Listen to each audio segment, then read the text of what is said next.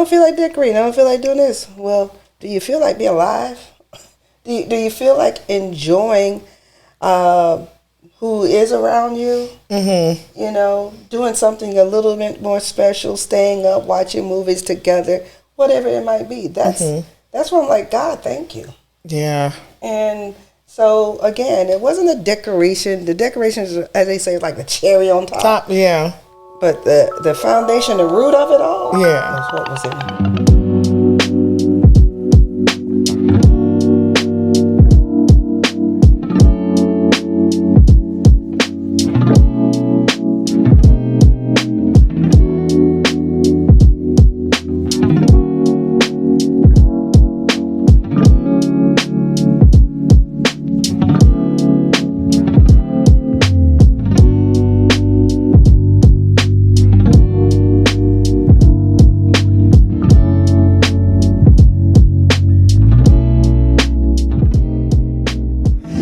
Hey, and welcome back to another episode of Shattered Whole Podcast. Welcome. This is the place where we talk, feel, and heal by doing what? Acknowledging our hurts, claiming our healings, and living as a new creation. And today I have an amazing episode for you. I am too excited. I have my very own. She has so many titles. But one is my spiritual mother. 2, she's First Lady of Hope City Church. 3, she is an inspirational coach. We're going to call her Coach T today. Would you welcome in Coach T, Miss Terry Stevenson? Yeah. Listen. I'm excited from my heart that I wanted her to come on. One, she has been pouring into my life for almost a decade. almost a decade. And it has transformed the way that I have operated as a woman, a wife, and a mother. And I wanted, and I'm not selfish, you know? I'm not selfish. I wanted to share some of the juice with you. So would you, let me introduce her right. So, she is married to Dr. Tyrone Stevenson for the last 29 years. 29 years, okay? First of all, I know. You're like, who? Ain't she 29? I get it. That's that black don't crack. We appreciate that. We value that here. I was like, she is the First Lady of Hope City Church, where she leads with grace, love, patience, understanding, commitment, and so much more. Hence why she has poured into me in so many different ways. She is an inspirational coach. She leads one of the most dynamic women's ministries that I've ever seen, and she is touching women who are in shelters, women who are in strip clubs, going out, giving them gifts. And there's so many different things that she does to make sure that she pours in to the life of men and women. But she has a special heart for people. And I'm grateful for her life, her commitment, and her leadership. Thank you. So welcome on in. I'm gonna hire her to introduce me everywhere. I'm like good. I'm like you are a gem that I cherish and I value and I appreciate, and I'm gonna treat you as such. Thank you. I'll give you your flowers now, huh? Thank you.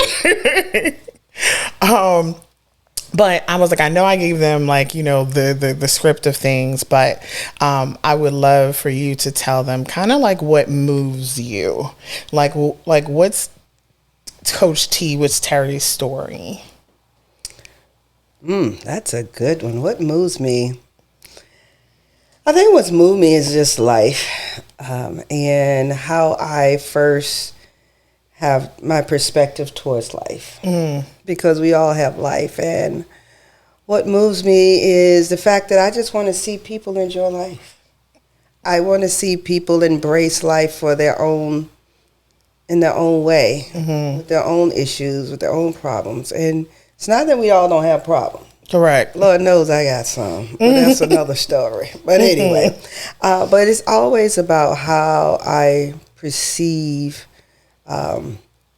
this, how my perception towards the situation, how I embrace it, how I handle it. And because we only have one. Yeah. We only have one.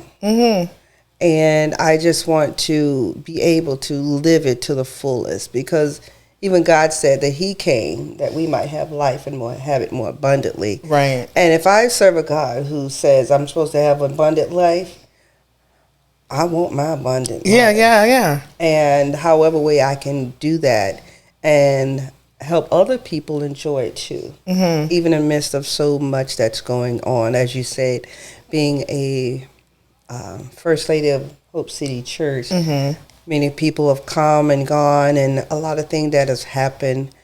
And even today, just things just happen. Yeah. And how we deal with it, how we handle it is what just gives me that drive, trying to find ways of enjoying life.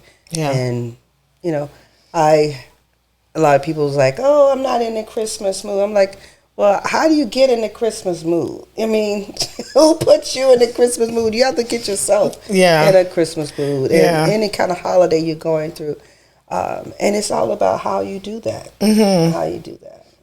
So I'm always in the mood for enjoyment and fun. So, yeah. That is a great point, because I was one of them. I was one of them and I was just like, man, I was like, I have never really been one big on like all of the decorating and all that stuff, which I kept telling like my husband how like weird it was, because I grew up with that. Like my mother would decorate the door so that the door looked like a gift, like the windows had fake snow on it with lights around it. Like she always kind of went above and beyond. And somewhere along the line, I think I just forgot that it wasn't about the decorations. It was about the experience and how the view of that was. So that makes a lot of sense of like, who's going to get you there to shift your perspective but you. Yeah, because the Christmas, yes, I decorated, and I pretty much did it myself this year because, everybody kind of had their own little attitude about something. But anyway, I decorated, but it wasn't, the decorations didn't get me in the mood. The decorations only enhanced what I was feeling inside. What I was feeling inside, whether I had a decoration or a tree or not, was one of gratefulness, one of my family's going to be around. We're going to spend some time together. And I just wanted to have it a little bit more festive. Yeah. So the decorations was not what got me in the mood. It wasn't even the Christmas songs that got me in the mood. It was how I was feeling inside. Yeah. That got me in the mood. And I think so many times we get caught up on the decoration. I don't feel like decorating. I don't feel like doing this. Well, do you feel like being alive? Do you feel like enjoying who is around you, doing something a little bit more special, staying up, watching movies together, whatever it might be. That's what I'm like, God, thank you. Yeah. And so, again, it wasn't a decoration. The decorations, as they say, like the cherry on top. Yeah. But the foundation, the root of it all, was what was in here. I'm like, this is what I'm talking about. So this is not good. I'm like, this is what I'm talking about. I'm like, you have always been able to zoom out of this one-dimensional kind of thinking, which is why I love like talking to you, because you're able to sometimes break away from all the things that are making it complicated. And then and zoom out and saying, well, what are you valuing like in the situation? So when you're talking about like these different experiences, and a lot of the things that we talk about on the show is dealing with like that healing space, being able to view the good in life and what you're grateful for. And a lot of times, like in the season, in this time, just in this last 3 years or so, this pandemic, it has been a continual moments of hard. So how do you kind of acknowledge and not ignore what's happening, but still stay grounded with the perspective of gratitude? Like, how do you acknowledge hurt, but remember that there's more than hurt that's happening? Well, first of all, hurt is real. Hurt is hurt. And we get hurt by so many things. Mostly we get hurt from my perspective, I get hurt by things that are out of my control.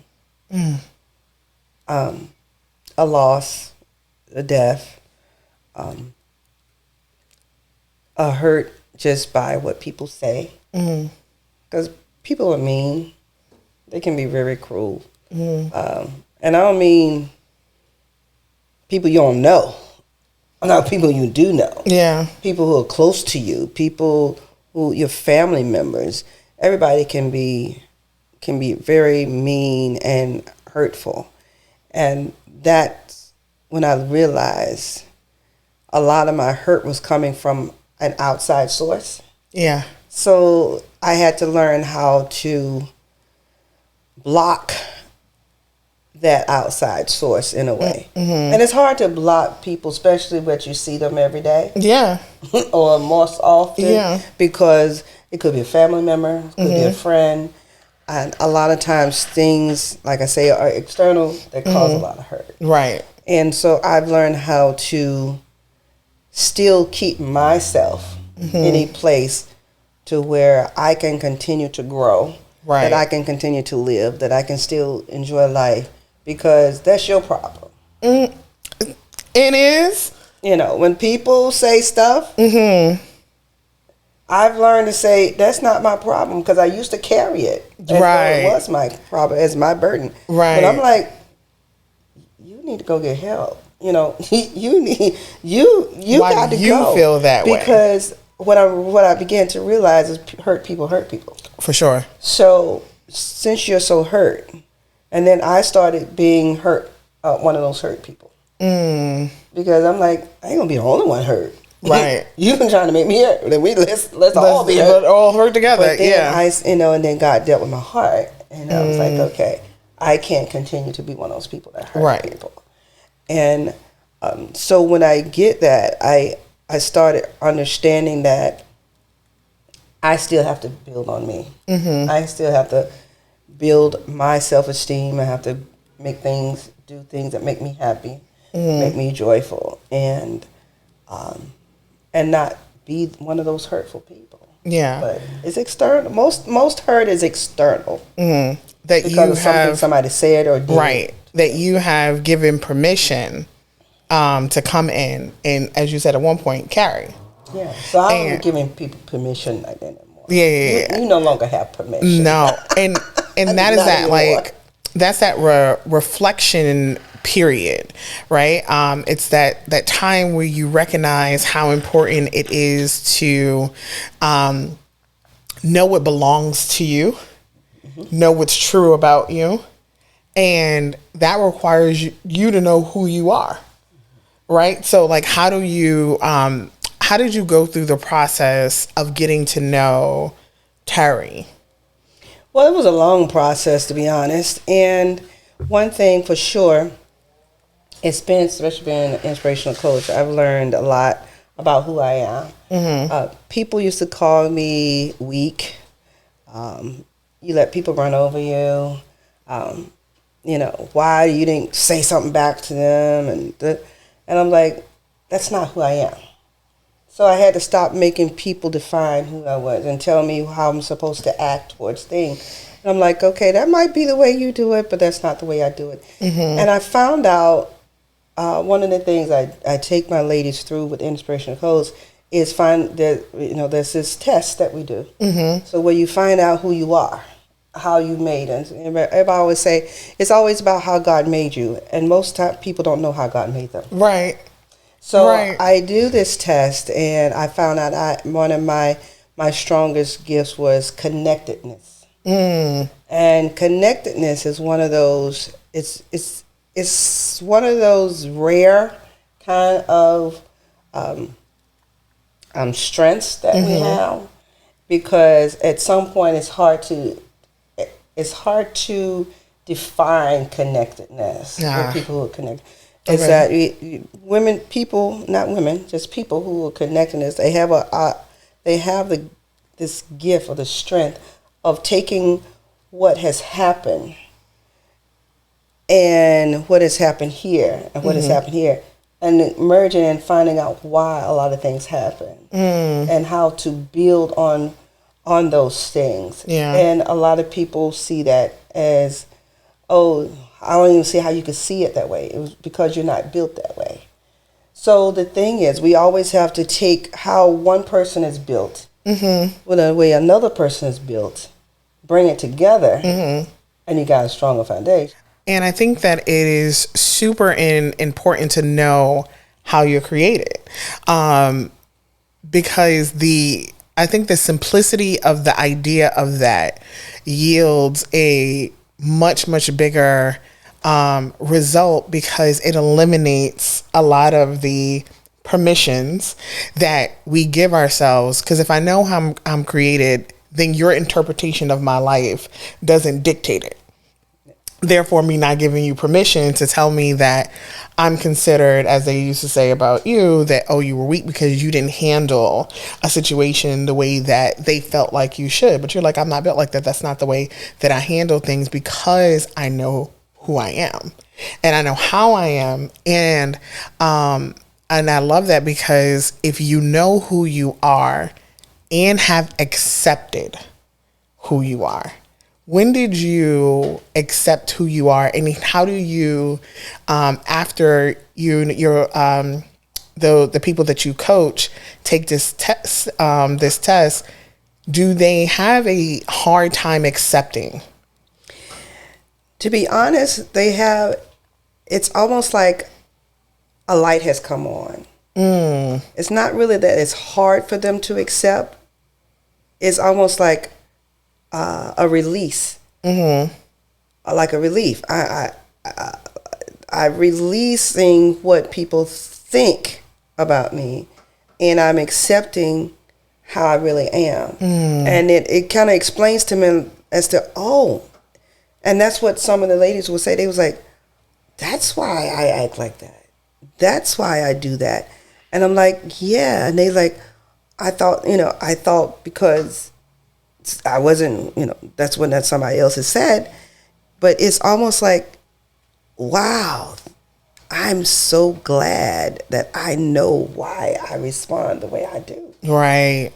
And the relief. And the relief of that is almost like, they're tense because they don't know what to expect. But then when they start thinking about, oh, your strengths and weaknesses of this is your, the pros and cons of who you are, it's like, oh, I can see why I responded that way, or this is good, and they accept it, and they're like, wow, okay, now I'm like, now that you truly know who you are, and how you were created, now you can really move forward, and a piece of knowing, gosh, this is what God and how He's built me is powerful. That part. It's accepting who you are that makes you powerful, and not knowing who you are makes you weak. So once you accept who you are, I'm good. Yeah. Now, we all have some pros and cons of how we are. Correct. But you got to learn how to use it. Yeah. You have to learn how to use it for your benefit. Yeah. Now, some people are organizers. That is not me. So I do not like organizing things. Right. That's not a strength of mine.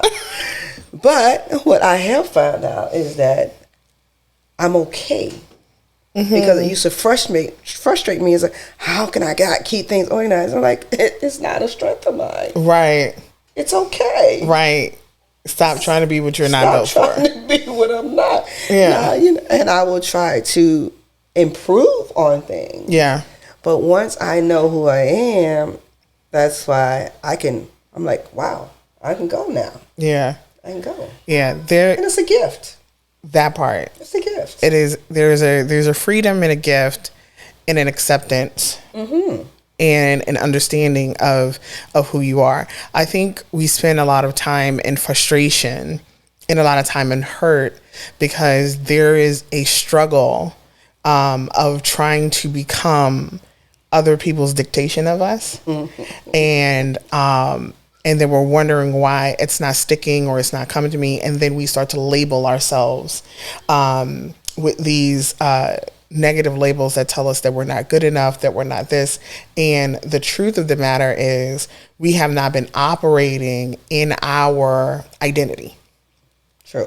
Right? We're operating in other people's interpretation of what our identity should be based on what they have decided it should be, especially in a cultural context. You know, like we have, I mentioned a lot of times like social media because it is really the thing that has kind of engulfed everyone at this point. Now you can't really do too much even in your business without connecting it to every social media platforms, which means that you have become a part of this algorithm that pushes out what it believes you should be inundated with. And then it'll tell you, hey, ready to lose weight, ready to do all these things, because it's like, these are the messages that I need to get forth. And if you don't know who you are, you will absorb everything searching for you. It's artificial intelligence. We tend to accept artificial intelligence rather than reality. Yeah. And, I can go on and they can push me to this place or that place, but that's not who I am. And then we start to feel like a fraud. Right. Right. And so artificial intelligence, exactly what it is. Mm-hmm.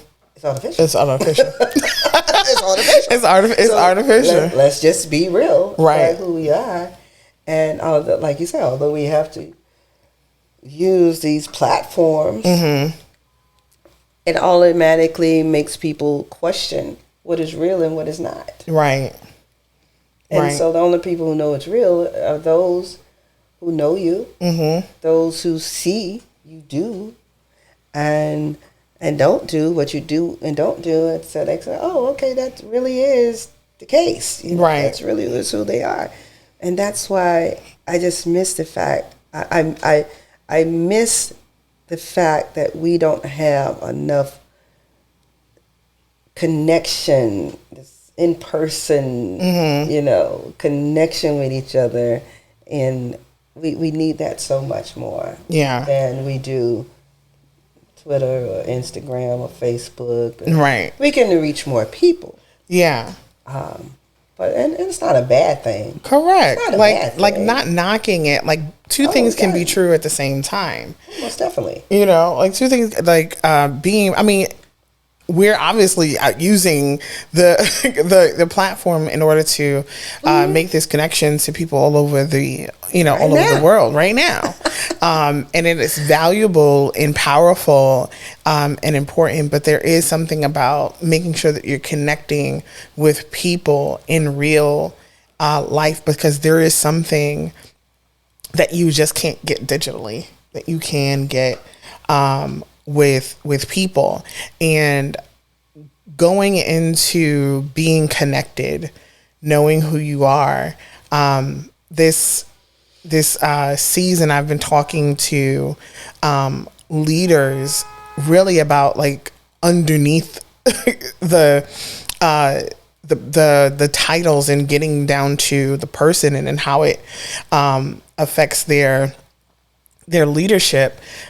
How have you, because you've had various experience with, especially dealing within the church, because the church dealing with people is a different beast.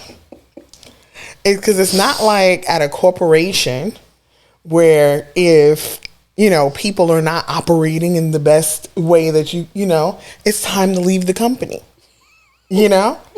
I remember one of the first meetings that I went to under your leadership, you had asked the question. You had asked me, hey, you are leading the team and someone asks, one of the members are not performing to their best, to their best degree. What do you do? And I said, well, you give them a warning and you let them know what the expectations are. And then I said, after you give them the warning, you let them know, hey, we've had this conversation. I haven't seen any growth or any change. And then after that, I was like, if they didn't get it, then they leave. And you were like, that is great if this was a corporation. And I was like, no, you don't just fire people out the church. You were like, no, that's not the way that you do it. And so I was like, oh, you mean I have to have patience? Ooh. You mean I gotta connect with people and find the why behind what it is that they're dealing with? So I'm like, was it your leadership that taught you? Like, how did you recognize the importance of, one, because now you know who you are, you're a connector. How did you recognize how valuable you being you was in your leadership? Not just the church, because you have led in a number of different ways. You've had your own businesses. You have had, corporate jobs. And it's you everywhere you go. Yes. So how did you use like the power of connection to develop the leaders around you or the people around you? Well, I think, especially in the church, people are coming because they are searching for something. And my question is, how do you fire somebody who's working for you for free? That's true. And I'm not saying that we need to accept all behavior. Mm-hmm. All behavior is not acceptable. So let's not agree to that. Mm-hmm. But what we do have to do is we have to get to know the people who we're working with. Mm. And sometimes it does take patience. It takes us understanding who we're working with so that we can know how to respond to them. Mm. And a lot of times we respond to people based on us. So yes, I'm a connected person. Mm-hmm. But if you're not a connected person and you're one of those we got to get it going, this is it, this blah, blah, blah, okay. But everybody on your team is not like that. Right. What makes us a strong unit, and I say this all the time, if God created everybody the same, this would be one dull place to live. Truth. True. Everybody be doing the same thing. Yeah. But once we understand how we can accept everybody, mm-hmm. because God gave everybody different gifts for a particular reason. Yeah. So that we can accept and we can grow, and how we can, because when one area is weak, the foundation is not strong. Yeah. So you have to have everything. When you mix cement, it's not just water. It's not just sand. Mm. They put some big rocks in there. They got to put some little rocks in. They got to put something that dries hard, and you got to keep it moist until you're ready for it to dry. All of those things together makes it strong. Correct. Yeah. So when you just say, you're not like me, I'm not going to let you be a part of this, then you're missing out. You're missing out. Mm-hmm. One of the areas I was over is media. you got people doing different things who have different interests. Yeah. But if they don't like doing that, what you can't say you can't be a part, because you need somebody who's going to be behind a camera. You need somebody who's going to be graphics. You got somebody who's going to do the sound. You got somebody who's doing this and that. But if you just say, okay, you just only want people who do the camera, who gonna hear him? Who gonna see him? Right. You know. Yeah. But it's all as a leader. It's important as a leader to know everybody you're working with. So when I give those examples, it helps me to understand what kind of person you are. You are. So I guess what? I start putting people based on who they are in the right place. A lot of times people are in the wrong place. Right. And that doesn't go well. Right. And they feel bad that you have to put them in a different place. But once you put them in a different place, it's just like football. You know, everybody want to be a quarterback. But if you're not a quarterback and you're a wide receiver, why he says, I don't want to be a wide receiver. I'm a quarterback. I've always been a quarterback. Well, you could have always been in the wrong place. And then when you get in the wide receiver, now you start building in what you were built for. Yeah. Now the team Thriving. Yeah. Going to Super Bowl. Yeah. Winning games. Yeah. You know? And it makes that person feel better. Sometimes we as leaders have to push people out to places where we really see them. Yeah. When they don't see themselves. Right. And that's what a leader does. A leader says, let me find out what's best for you. Let me find out how you were created, how you were built, and let me put you in that place. Yeah. Even though they may not like it. Yeah. Yeah. First of all, being willing to be the bad guy for a moment. Because actually, you're the good guy. You're the good guy, but the perception is they see that. Yeah. But I like my brain went off like a light bulb when you were like, you could have just been in the wrong place for a long time. And then you have, like, I know situations where people have been in the wrong place for a long time, so that they have created a world in that wrong place, that they have gotten comfortable in their wrong, that it feels right. And they are scared and intimidated by new, even though the new is where they will thrive. How do you help? How do you help because you are a leader that develops leaders. I don't know anybody that you have cultivated who hasn't gone on to lead and do all the things. So when you are developing leaders, how do you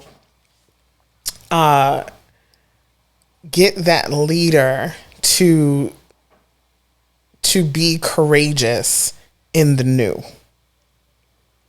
How do I get them to be courageous in the new? I first have to help them understand who they are. I want them to understand this is uncomfortable. I know it's uncomfortable. I know you don't like it. But give it a shot. They're like, well, what if I mess up? Okay. I mean, we're not going to hell because you mess up. Right. Right. You know, but we can fix it. I allow people to make mistakes. That part. As long as the mistakes are things that we can overcome. We may lose some information. How many times you've been on the computer or something and you've lost some data or pictures or whatever by mistake? It's a mistake. Yeah. But the memories are still there. You can still overcome that. And so I think one of the biggest things as leaders that we can do is trust our decision and allow people the opportunity to make mistakes, because usually they'll make a mistake and they say, okay, see, I told you this wasn't for me. And I say, okay, so what would you have done differently? Well, I would do this. Okay. All right. So next time, let's do that. Let's do that. Yeah. Well, somebody else can come along. Yeah, somebody else may be able to come along and do it better. But that's not, right now, it's your time. and I help them to understand. I'm not trying to give people who can do it better. I'm trying to make you better. Yeah. And I'm okay with it. Yeah. It's okay. Yeah. If it messes up, it's okay. Yeah. And I think some people have been beat down for making mistakes that they don't want to do anything at all. Right. And I'm like saying, it's okay. We'll get there. Yeah. We'll get there. One particular young lady I've been working with, and because she was another position, and she always thought it was, I don't understand why you're keeping me in this place. Why are you keeping me there? So I was like, okay, God has, first of all, He hasn't released me to release you. And it's okay for you to make mistakes. Mm-hmm. And then she's like, it just doesn't make doesn't make sense. So what about this person? This person can come and do this. I was like, I know the person sure can, but this is not what God is calling us to do right now. Mm-hmm. So I cannot. It takes a lot of patience, but you have to let them know it's okay to make a mistake. Yeah, and I'm not them. Correct. And everybody always measure you up to the people who hurt them before. And you have to say, I'm not them. Right. And what that comes trust. Mm-hmm. That just like when we go out to the shelters and the strip church, strip clubs, it's a level of trust that has to be built in order for people to reach out and really feel comfortable being who they really are. Yeah. It's trust. Yeah. That, it is a powerful thing to have a leader that allows you to make mistakes without creating anxiety. Mm-hmm. There is a lot of people who have almost a paralyzing view of, I can't do this because I don't have enough experience. I don't have enough this, and I can't do this. I don't know how to do this, and I'm not the right one. Someone else can come on to be better. But what I remember in having that time where there was a freedom to make mistakes was I had a short-sighted view of just the task in front of me. What ended up happening was, because I stayed and allowed development in that area, there was other aspects that was being developed in me that I wasn't even paying attention to. And sometimes you don't find out until you go to your next assignment that you are being equipped in this thing that you thought had nothing to do with your talent or with your thing, and you found out that the muscle that you built here prepared you for your next. Even my example, like I remember coming in just thinking I would do, graphics in the church, like I'm gonna stay there. I could do that. I can make this. I can learn how to do this. And ended up getting development on how to engage people, how to have patience, how to stay in hard, how to stay in difficult seasons. What do you do when it doesn't working and it's not going, and it's keep not working, and then watching how leadership dealt with it, and then you mimic.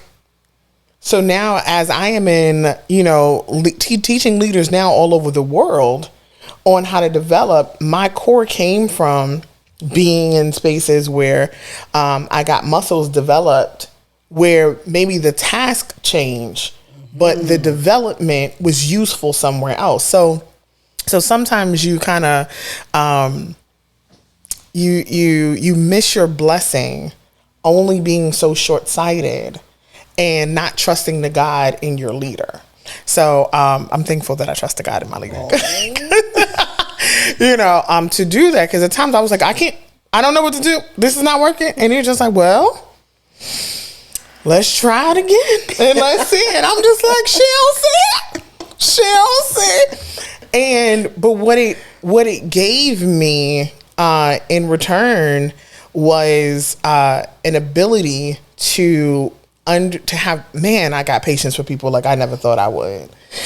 From a decade ago when I was like, let's fire the people in the church, and to now I'm just like, hold on a second, let's find out why they feeling this way and what's going on. And you see this, like dramatic transformation. So when you are talking to, and we're gonna end it off, but I'm like, when you are talking to your clients and you're coaching them, what is the thing that you want? Because you do, you help reinvent.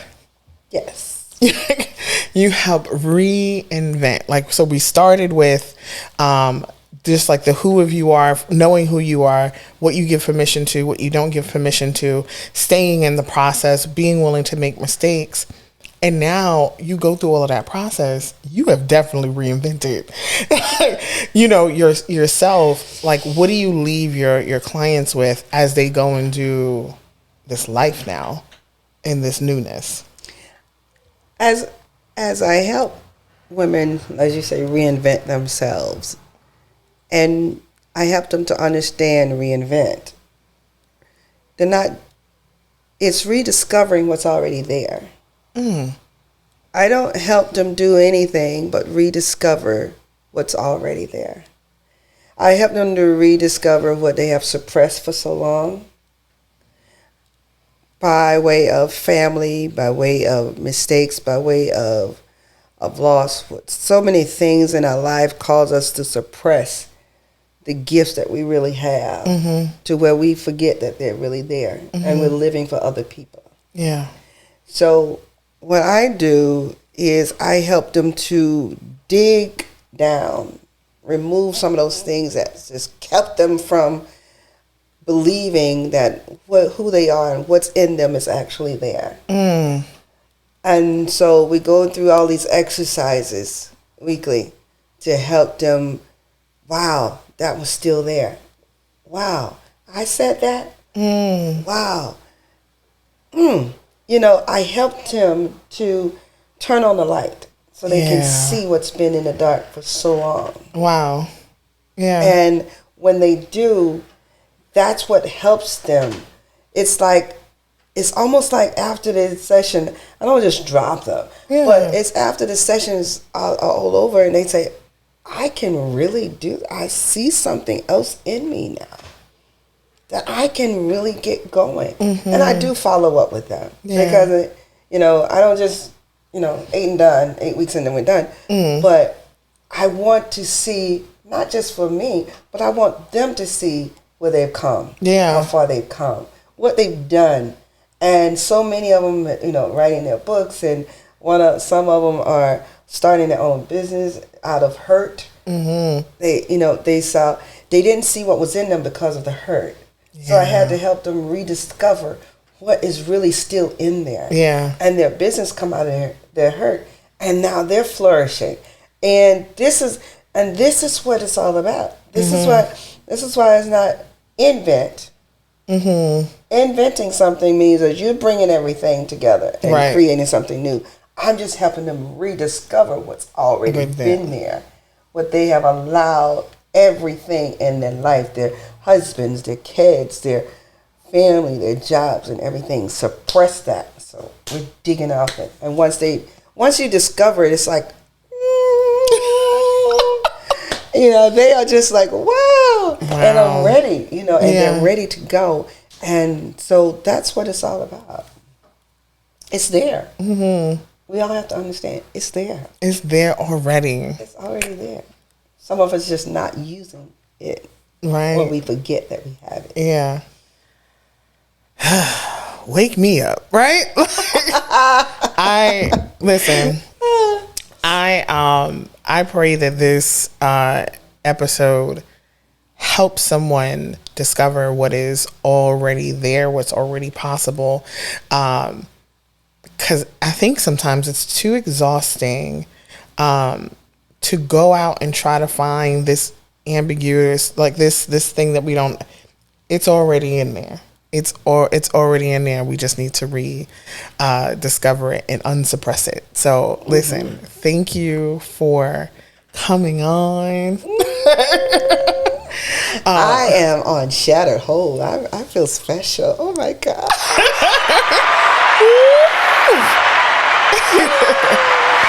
I'm like, thank you for production. But it has been amazing. Can you tell everyone how to stay connected to you? Oh, wonderful. Yes. You can follow me on my social media, which is Reinvent Terry, ReinventTerrie, Reinvent Terry. You can also email me at connect@terrystevenson.com. You can follow me you can DM me, Reinvent. Just DM me on any of my social media platforms, Reinvent, because you've heard something today that you like, is that really still in me? I'm telling you, it's there. And we don't have to go through a whole lot of therapy. We don't have to go through a lot of daily affirmations. This is just about you. Going on a journey. I help ladies go on this journey. It's a journey in a mirror. And just so you can see inside of you, it's there. And you just say, I'm ready. That's what you need to do. Just DM me on any of my social media platforms or email me at connect@terrystevenson.com. And yes, let's talk about what's important to you. Absolutely. The information will be right on the screen. Make sure that you tap in. Listen, don't miss your blessing. Tap in. But listen, once again, thank you for inviting me into your ears, your homes, on your computer, downloading everything that you do to hear this particular message. I know it's just for you. I know that God wanted you to hear this because it's time to reinvent the leader in you, the woman in you, the man in you.